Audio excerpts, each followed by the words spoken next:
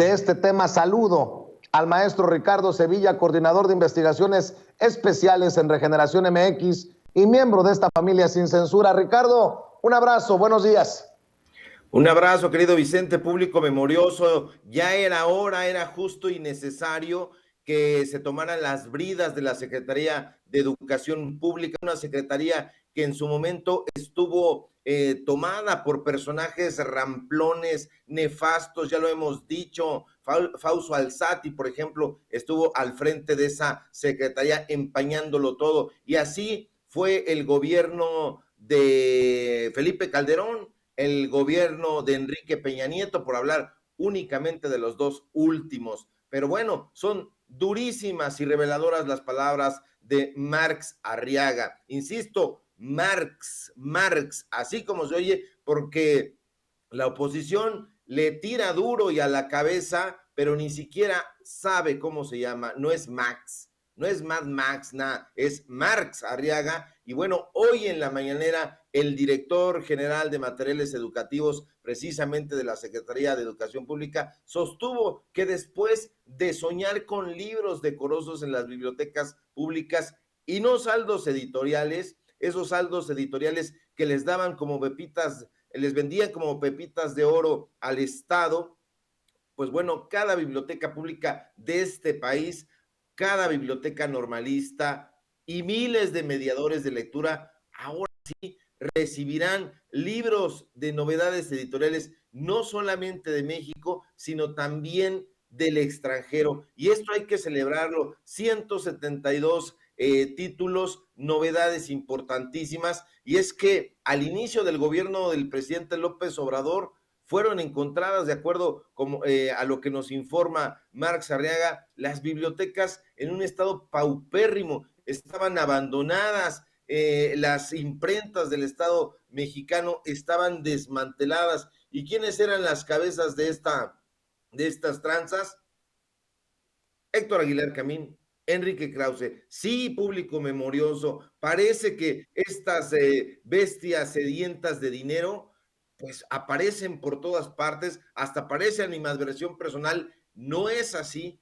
Desafortunadamente, estos bichos siempre estuvieron detrás, no solamente de los conceptos ideológicos que emanaban en los recintos culturales de este país, sino en todas partes, eran una plaga. Y bueno, hay que celebrar que como parte de la Estrategia Nacional de Fomento a la Lectura, la administración de esta cuarta transformación comenzó hoy la entrega de esta colección Biblioteca CEP Centenaria. Centenaria también aquí, porque ya estoy viendo en Twitter que están diciendo la Biblioteca Centenario. No, no, no, no. Ni siquiera sabe leer, querido Vicente, no sabe leer, y es Biblioteca Centenaria, Biblioteca CEP Centenaria 2021, y bueno, ya van a distribuir también diversos materiales adicionales que serán distribuidos principalmente en bibliotecas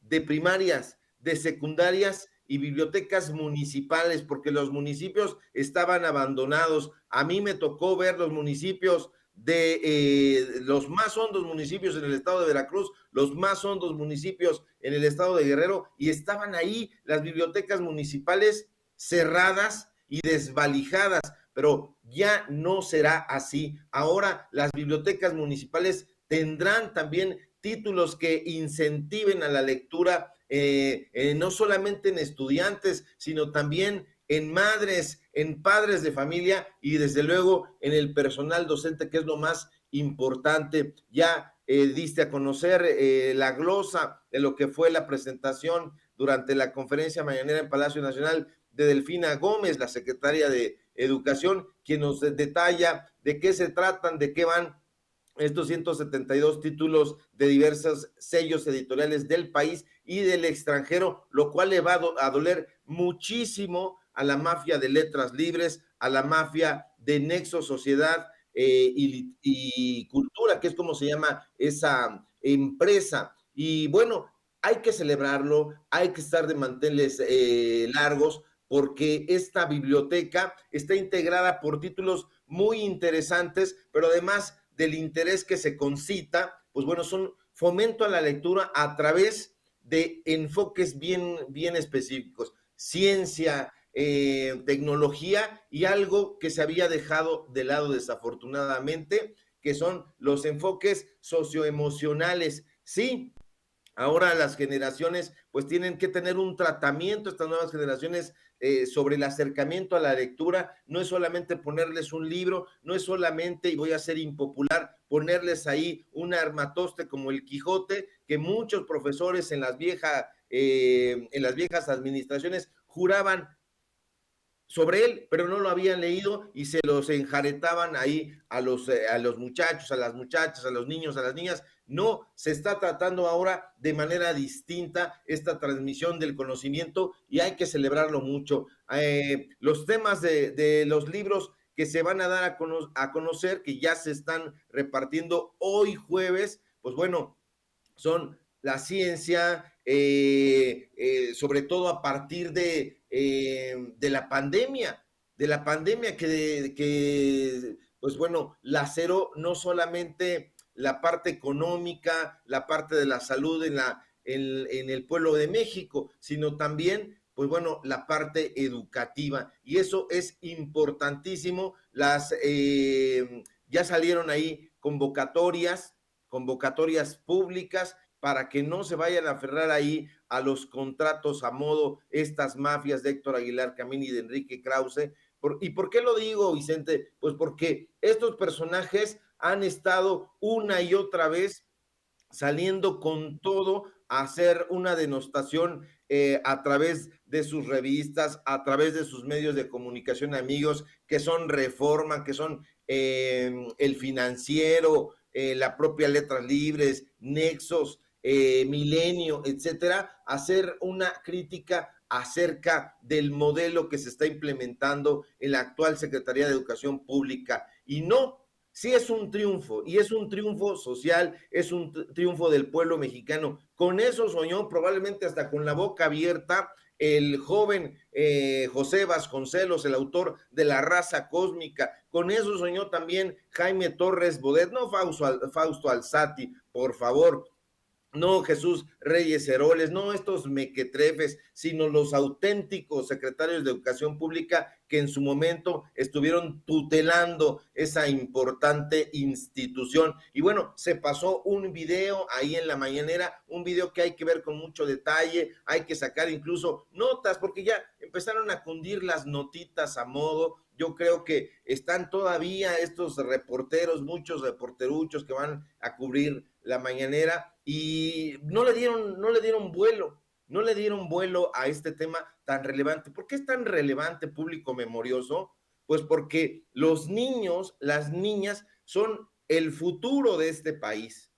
Y si estaban leyendo a modo la historia tergiversada, impuesta por estos grupos mafiosos, sí eran una mafia, sí continúan siéndolo, pues bueno, pues hay que celebrarlo, hay que estar de manteles largos y me repito, ¿por qué? Pues porque ahí está el futuro, la visión sobre la revolución mexicana, la revolución sobre el México independiente, estaba tomada por estos grupos pseudointelectuales que tergiversaban todo,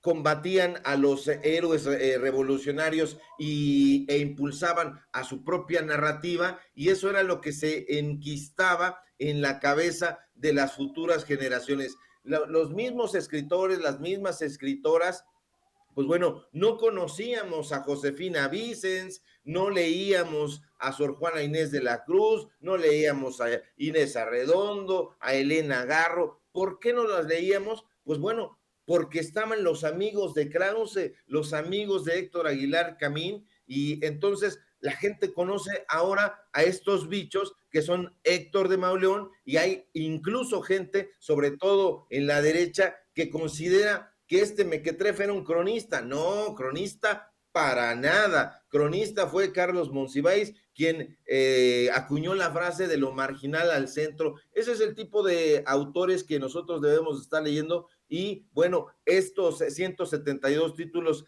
que se seleccionaron son de lo mejor se encuentran 40 enfocados a estudiantes de preescolar, 40 más para alumnos de primaria y otro tanto para estudiantes de secundaria. Hay 27 títulos enfocados a docentes y 25 para padres y madres de familia.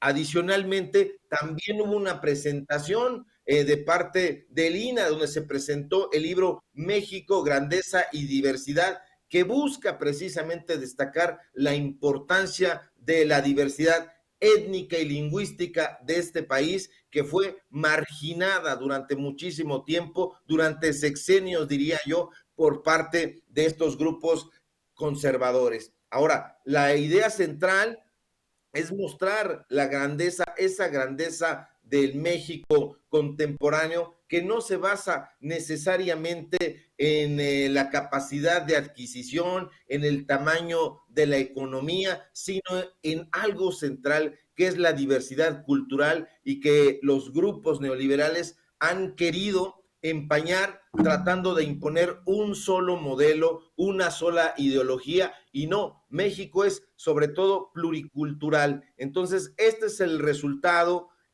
muy importante por parte de diversas instituciones del actual gobierno federal que estuvieron participando, 30 especialistas de distintas disciplinas, de distintos institutos, escuelas, que contienen información relacionada con los distintos momentos históricos, culturales, literarios, artísticos de este país, que hacen un recorrido desde la lucha democrática del pasado siglo XX y hasta nuestro siglo, el momento actual, momento estelar que vive este país. Estamos de plácemes, querido público memorioso, y hay que darle nota. Ahí, reporteros, ¿qué es lo que están haciendo? Se están yendo ahí a picar el ombligo, a sacar selfies. Hagan otro papel, un papel decoroso, porque dejan muy mal informada a la población y también muy mal parado al periodismo. Y precisamente por